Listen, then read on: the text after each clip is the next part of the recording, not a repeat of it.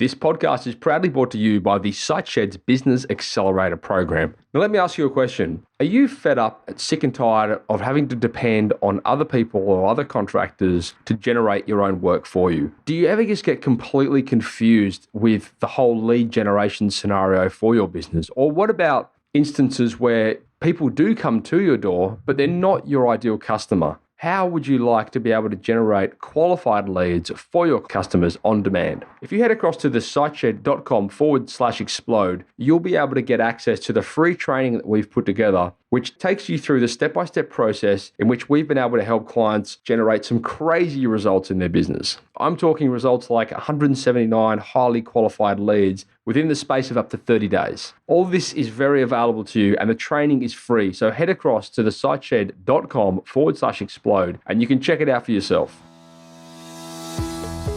You're joining us today for episode 118 of Toolbox Talks on the SiteShed podcast. This is part 5 of the Grow Your Perfect Business series, and this one is called Finding the Right Help. Enjoy.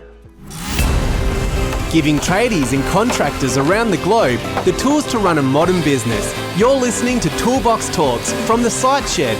Now here's your host, Matt Jones. Hello listeners and welcome back to part 5 of the Grow Your Perfect Business series on the SiteShed. I'm your host, Matt Jones, and today you are joining us for an episode which probably could have come even earlier in the piece, to be fair. However, it was somewhat of a late entry, and I've named it Finding the Right Help. Obviously, finding the right help is an important part of growing a business. As you know, no doubt you know, can't really do anything on your own. So getting the right people in your corner is a very important part of that process. However, if you have not listened to the previous episodes, go back and check them out. We've designed this series so that each episode kind of stems into the previous. Episode 1 was planning for success. Episode 2 was personality profiling. Episode 3 was knowing your customer. Episode 4 was defining your offer. And this episode is finding the right help. Along the way, we've had some great collaborators. Today, I was going to get a collaborator on for this episode. However, I've done so much of this in the past, coaches and mentors and all this kind of stuff. I really felt like I had a pretty non-biased opinion and approach to this whole process now. So I'm going to be winging this one. However, I've got a pretty good framework here in place. So I suppose primarily, as we dive right in now, finding the right coach is really important because amongst many other things, it will help you, refine your skills. It will help you increase and improve your productivity. It'll help you, and this is probably the most important thing, in my opinion, it helps you create paradigms in your thinking. The reality is, and you see it a lot, especially in trades, maybe you're in a similar situation yourself listening to this,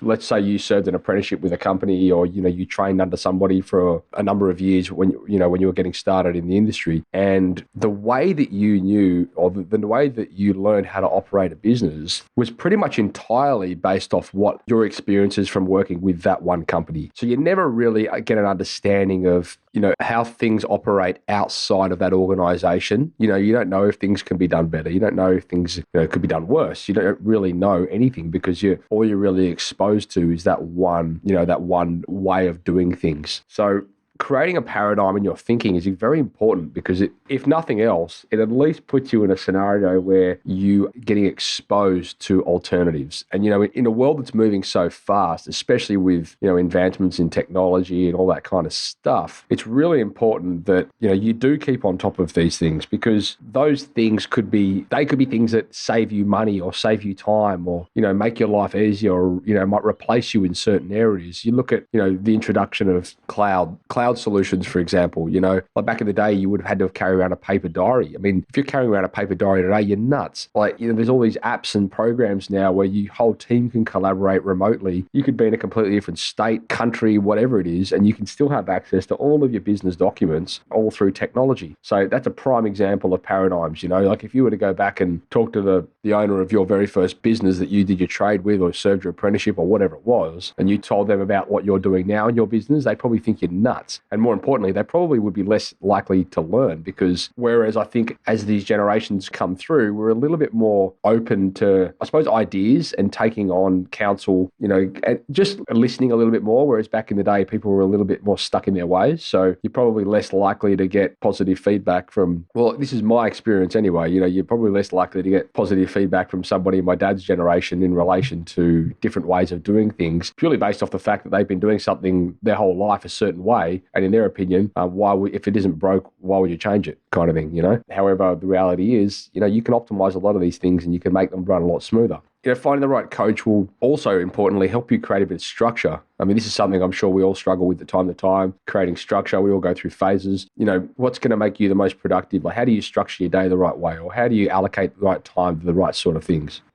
Also importantly, keeping track of your business vitals. Now, vital signs are, if we're going to be honest, vital signs are probably things that as business owners, sometimes we tend to overlook because, it's not always pleasant to do so. But when we think vital signs as well, we're not just talking about sales here. We're not just talking necessarily about leads, although yes, sure, leads certainly a vital sign. But, you've got to be on top of other things as well when it comes to what you're tracking and what you're monitoring. Everything from, maybe staff, HR, morale, or hiring and firing processes. Could be systems, could be procedures, you're on top of that. And if you're not on top of it, you're not always expected to know how to do that, by the way. This is why you need coaching in those areas. And we're going to get to this as well, a little bit. There's very rarely one coach who'll be able to give you everything you need. So being open to that is pretty important. Exit strategies, which, I suppose also ties into systems and processes. How do you plan on replacing yourself in that business? Otherwise, at the end of the day, you are the business, and that's the last thing you want. Lead scoring. Yeah, okay, lead scoring is very important. Not necessarily so much as a result of a direct sale, though. Like a KPI may be how many people filled in a web form, or how many people downloaded an ebook, or how many people, responded to a marketing flyer drop that you did, or, how many people scanned the QR code on one of your fridge magnets, or whatever it might be. Financial management, super important, vital to monitor. And if I'm going to be honest with you, I didn't do this for years in my business. Probably because I was so afraid of looking at them. When you start out in business, it's a pretty sobering experience sometimes to be looking at your financials. Obviously, as things go, your business develops and you learn lots of stuff, that comes a long way. But, in the initial stages, it can be quite a daunting experience to sit there and look at your profit and loss statement and do some financial forecasting and that kind of thing. But coaches can help you with that. Acquisition, growth strategies, who's going to help you with a growth plan if you want to grow, that is. Or maybe you don't want to grow, maybe you're going to go the opposite way, but who's going to help you do that? How are you going to let people go, or how are you going to downscale? So these are all things that that are considered business vitals. That's not all of them, by the way. There's a multitude of them. I suppose you would need to have clarity over what's important to you and what's important to your business in order to get clarification over what you really need to focus on. But again, we're going to get to that in a minute. So help also lies in many places. And when we talk about finding the right help, yeah, of course, the first thing that comes to mind is coaches, but it doesn't always necessarily have to be coaches. And I would be, to be honest with you, I'd be pretty wary of coaches. And I am very wary of coaches. Help may lie in the form of colleagues or associates or networks. So often we have colleagues and friends and associates that have succeeded and they're doing something that we would like to do. And for one reason or another, maybe it's pride, I don't know, we don't approach them. Why not? These people are highly qualified and they've got the results. So why not go speak to them? These are probably the people that would bend over backwards to help you as well. And they won't charge you an arm and a leg. Books, podcasts, e-learning, these are all things that you can easily pick up. I mean, I couldn't tell you the amount of value I've gotten out of books over the years. Podcasts as well. I mean, how easy is that? You jump in your car on your way to a job and you listen to a podcast. Similar to what you're doing right now, I guess. You're there to learn. So there's so many podcasts out there on so many different topics. If you find something that, you need help with, chances are there's probably a podcast or there's probably a bunch of podcasts of people that have been there and done it. So just go learn, go get information. It's all information. And for the better part, most of it's free. There's e-learning programs. You can go and, there's all these platforms that have programs that you can download and learn, electronically just through your computer, wherever you are. They're good as well. I mean, they're not always the answer. Don't get me wrong. We're going to get into some traits of what I consider a positive, a good coaching program in a little while. However,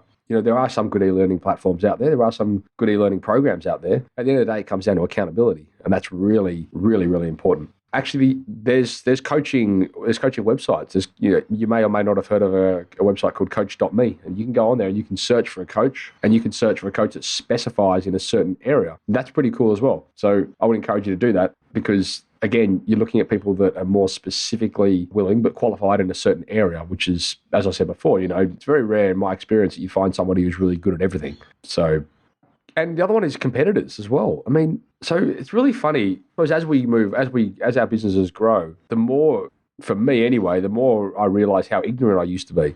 I always thought, always look at competitors as competitors, but the reality is very often competitors can be collaborators. And when you start moving into that stage of your business where you're going down the path of forming strategic partnerships and, you're trying to grow your business through relationships, which for the record, I will say is a very smart thing to do. And I would encourage all of you to start thinking about doing that. We pretty much grew our entire business through strategic alliance in the first, 2 to 3 years. Only, in the last couple of years, we've really started marketing. But yeah, I mean, look, strategic partnerships are a great low investment way to really start getting your name out there. So competitors don't always have to be competitors. Competitors can be partners. And very often when you look at a competitor, so let's say you're a plumber. If you've got a plumbing company who's successful in the same suburb or town as you, you're probably in the back of your mind thinking, well, I'm not going to go speak to them because they're a direct competitor and they're not going to tell me anything. But think about it from their point of view, okay? You're already in the market. You're already their competition. So chances are it's a pretty big market, and chances are there's probably enough work for enough people. Wouldn't it be smarter to talk to those people and I suppose get clarity around things like price point? Like the last thing that your competitor wants is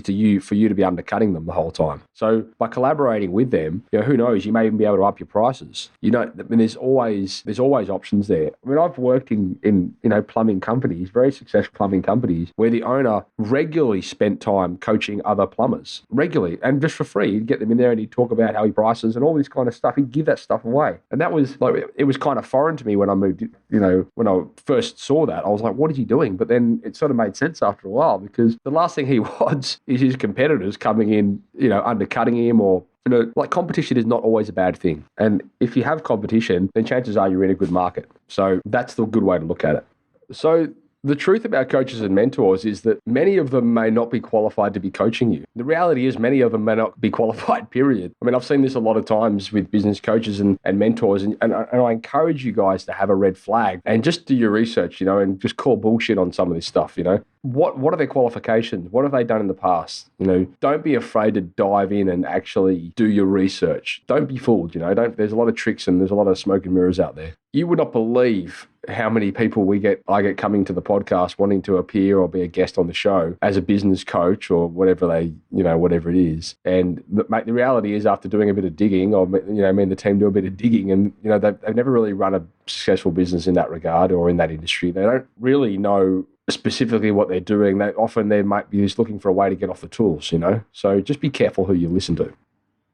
Many of them are running a business, so understand that, they're there to make money. And, if you come to them asking, looking for coaching, very often they'll tell you they'll be able to coach. So regardless of what they're really specialized in. So just, be open and be aware that, of course, they are there to make money as well. So don't be fooled, There's lots of group coaching programs as well. I've been in group coaching programs, a few of them actually, to be honest. And although the content is quite good to a degree, they've probably put the effort into structuring it, there are a few things that you do need to be cautious of. And before you engage one, I would do your research, because in my experience, there is often a very large lack of accountability. And accountability is really the fundamental, I suppose, locking mechanism that is going to help you get from A to B. It's really what going to help you. It's going to help you succeed. So you can learn everything you want. You can go through and you can study and you can go through all this amazing content. But at the end of the day, if you're not actually applying that and you're not being held accountable to it, then it's more or less all for nothing. So very often with large groups, it means you've got less personal time, like less one-on-one time with a coach. So to a degree, support is somewhat limited. I mean, I've been in coaching programs where you're spending $2,000 a month. Every second month, you go to a 2-day weekend, and then every week you get a 15-minute phone call. And every time I did that call, it was with a different coach. So you spend the first 10 minutes telling them about your business, and it was an absolute joke. So be very wary of coaching programs.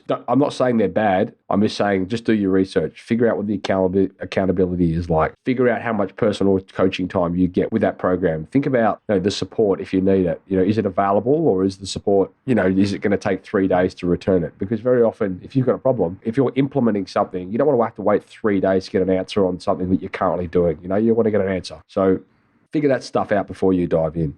So how would you go about choosing a coach? Well, in my opinion, I would start with looking at where they've come from. So Obviously, different coaches are going to be good at doing different things. And as I said before, anyone that tells you they're good at doing everything is probably full of shit. So where have they come from?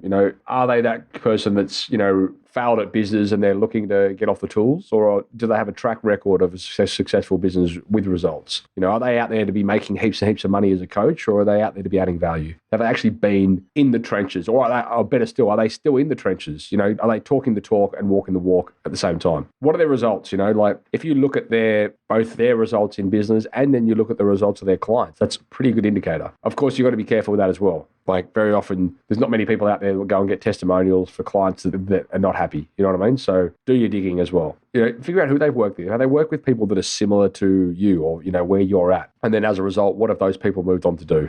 Like what is the proof in the pudding, I suppose, at the end of the day? Figure out how the program operates. As we spoke about before, is there accountability tied into it? There has to be accountability tied into it. You've got to make sure that somebody's there holding your hand and making sure that you're actually doing what is being taught. How do they communicate? Is the communication regular? Is it when you need it? What's the communication pattern there? And is it one-on-one, or like how does the program work? Is it a phone call? Is it an email? Is it a Facebook group? Is it a bi-weekly meeting, or what is it? How does it actually operate? And then of course, importantly, you got to figure out what the pricing structure is as well. I mean, I'm very wary of programs that want to charge you an upfront fee, I suppose, without delivering on anything, or are they offering any guarantees or anything like that? I mean, obviously there's going to be some programs out there that if you join the course and then they give you a certain amount of content straight up, then fair enough. I mean, if they're giving you all their IP, then that's a hard thing for them to stagger. But if it's like an ongoing coaching program, I suppose, like a mentoring 6-month program or whatever, then those sort of payments, in my opinion, should and could be more incremental. And be careful with contracts as well. I've been in that scenario where I dropped out of coaching programs and then I get the phone call saying, you're tied into a 12-month contract with us, which is just a complete load of shit in my eyes. So if you're not getting the results, then why would you continue? And very often with a lot of these programs as well, it's very hard for you to actually get the truth without being in the program. Do you know what I mean? So I would sort of make sure that there's some sort of scapegoat there. Or for choice of better words, or there's a way that I'm always just wary of contracts, to be honest. So, it's just something that I think can lead to a lot of trouble down the track, potentially, as the person purchasing it. Of course, I understand why companies do contracts. I mean, if you've got a staff of, you have 10 staff working for you, you've got mouths to feed. So it's a good way for them to lock in security. But is that in your best interest? Well, potentially not. Location's important.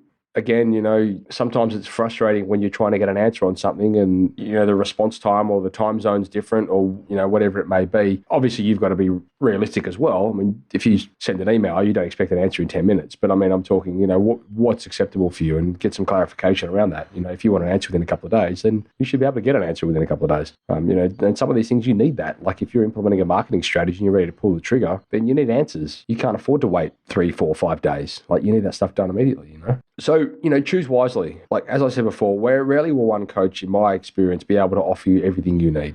Many of them will proclaim to, but the reality is few of them will. And you know what? Even through this podcast, we've worked with so many coaches that specialize in specific things, and specificity is important, in my opinion. If you're going to be wanting to engage somebody, if you want to get your finances down right, then you speak to somebody who specializes in, coaching finance or, developing coaching programs around managing your finances, that kind of thing. Like that's specifically what they do. So, yes, it may cost you a little bit extra at the end of the day to go through a series of different coaches that can help you in these different areas, but it may also save you a ton. It's important that you're getting the right information and you're applying what you learn from the right people at that point in time. Select a coach for where you're currently at, So there's a lot of programs out there that it may sound good and glossy, but realistically, is that currently where you're at? Like, for example, I joined a coaching program and within week 1, the content we were learning about was mergers and acquisitions. Now, I was a startup business. This is going back like a lot of years. It was a startup business and I was there to learn, but I didn't really want to learn about mergers and acquisitions. I was there to learn about how to make my phone ring. So that, just make sure you're selecting a coach for where you're currently at. Long-term contracts, just be careful, or contracts in general, just be careful. That's just advice in general. And again, upfront payments, yes, upfront payments, you have to be discerning with that. So, I mean, it depends on the way the content's been delivered. If it's a 12-month program, I'd be very apprehensive to pay all that upfront. If it's a course you're buying, then yeah, okay, you're probably going to have to buy it upfront because all the IP is there and there's nothing stopping you from putting half down and then not paying the rest kind of thing. So they need to protect themselves. So, you need to be discerning on both sides of the equation in that regard. Ask questions, suss them out. That's the best way to do it. The best way to figure out what they're about is just ask questions and really dive in. But do they back their work? Have they got the runs on the board, or do they offer guarantees for their programs, or most importantly, just figure out what the accountability structure is behind it. Like, how do they keep you accountable, and how do they guarantee you results, all that kind of thing. So to summarize it, I've got a bit of a framework here that I personally follow when I'm looking to engage a coach, or if I'm looking at researching a coach. The first thing you do is what we did back in part 1 of this series is strategy. Like, map out your strengths and weaknesses, but both personal and business. Get some clarity around what they are,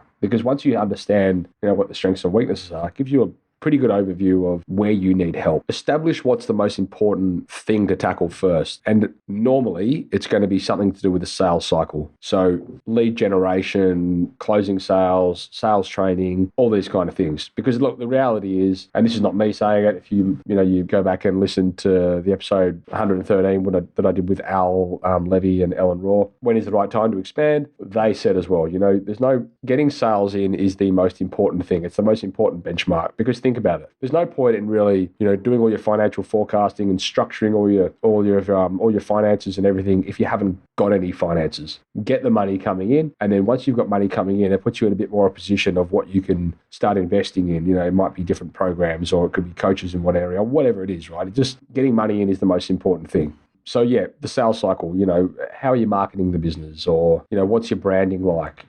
That's probably the fundamental starting point, I would say, for any business. Research different help avenues. Like, have you spoken to your friends, or have you spoken to family, even colleagues, competitors? Business coaches, or, have you researched some programs, or maybe even schools, colleges, like universities, things like that. Like, at the end of the day, that's all there to coach you, right? So do a bit of research. I mean, how many of your dad's friends, really successful business owners, and you've never really spoken to them? There's probably tons of them. I mean, now that I'm saying that, I'm thinking of two myself that I probably should go speak to. Like, there's loads of people there that are willing to help. So do a bit of research as well. So before you engage them, get in there and learn about them a bit. You can learn from a bit of an arm's length. Don't fall for all the tricks. There's loads of tricks, all these little limited time access and all this kind of stuff. Look, it's all smoke and mirrors. Just get in there and learn about the people. And very often you can learn about them from some of their free communities. And I encourage you to do that. I mean, a lot of these coaching programs will have a free community, which is sort of like a teaser, I suppose, to what's available. So just get in there and learn. I mean, and some of them are fantastic. Like, some of the information you get out of these programs are really beneficial out of the free programs. So that sort of gives you a bit of an indication of, as well, things like frequency, communication, structure, all that kind of stuff. So that's always a good way to test the water. Does their offer, or does their business model fulfill your goals? Is what they offer really going to get you to where you want to be? So if you've mapped all this out and strategized it, you'll know where you need help. So make sure that they can offer that, or they can, steer you in that direction, and be willing to call bullshit, most importantly. So don't be afraid to, ask questions. And then I suppose at the end, if you're convinced, then engage them and get in there and learn. And it could be the best thing you ever did. I mean, no one does anything of significance on their own. So, you do need help getting there. And the other thing as well, don't be afraid to network. I mean, there's a lot of people out there that are in similar situations, or there's a lot of people out there that are looking for collaboration. But it's by getting your name out there and going to talk to people, you'll be amazed at who you meet. Some of these, even at local events, like it's amazing the power of networking when it's done properly. So don't be afraid of doing that. Anyway, I suppose to wrap it all up, finding the right help is paramount to the success of your business. And I would thoroughly encourage you to go and get help with wherever you're at. There's not a right or wrong with this kind of stuff. And it's all grey, to be honest. I mean, there's no real black or white. You're very rarely going to find somebody who can help you do everything, in my experience. yes, they are specifically good at doing certain things. However, it's very often not the case that they can really give you all the answers all the time. And to be honest with you, it's probably not the best solution anyway to be getting all the answers from the one person, because again, it's not really creating that paradigm in your thinking like we spoke about earlier. The more input you've got from different people, it gives you a bit more of an overview as to, what other people are doing in different ways and, the results they've been getting. And, it sort of enables you to sort of draw a bit of a, draw an average, if you will, or, at the end of the day as well, what you learn is going to be customized to you and to your business and how you want to do things and how you do things specifically to your business. So it's always going to have your spin on it. And keep that in mind as well. Like, people are going to teach you things that have had their spin on it. So, again, there's no right or wrong. It's all kind of gray. What the idea behind coaching is getting information and being made accountable so that you can apply things to your business in your way or your personal life in your way. So that's all from me. I hope you got something out of that. There will be some information in the show notes there. You can head across and download that. Also, make sure you go back and check out those previous episodes because, as I said earlier, they do lead into each other. And this was the 5th episode of the Grow Your Perfect Business series. And we will be back with some more very soon. Thank you for listening to another episode of Toolbox Talks. If you're liking what you hear, then you can head across to the siteshed.com where you can join our community by signing up to our Toolbox Talks. You'll get sent a weekly notification, which is basically a highlight of everything that we've spoken about during that week, along with any other industry news that may be relevant or specific to the trades. If you're enjoying the show, you can head across to iTunes, Stitcher, or SoundCloud, where you can leave us a review. That would be fantastic, and all the reviews get read out in the show. Likewise, if you have any friends or colleagues that you think would benefit from the show and the episodes that we create, then please go ahead and share it with them.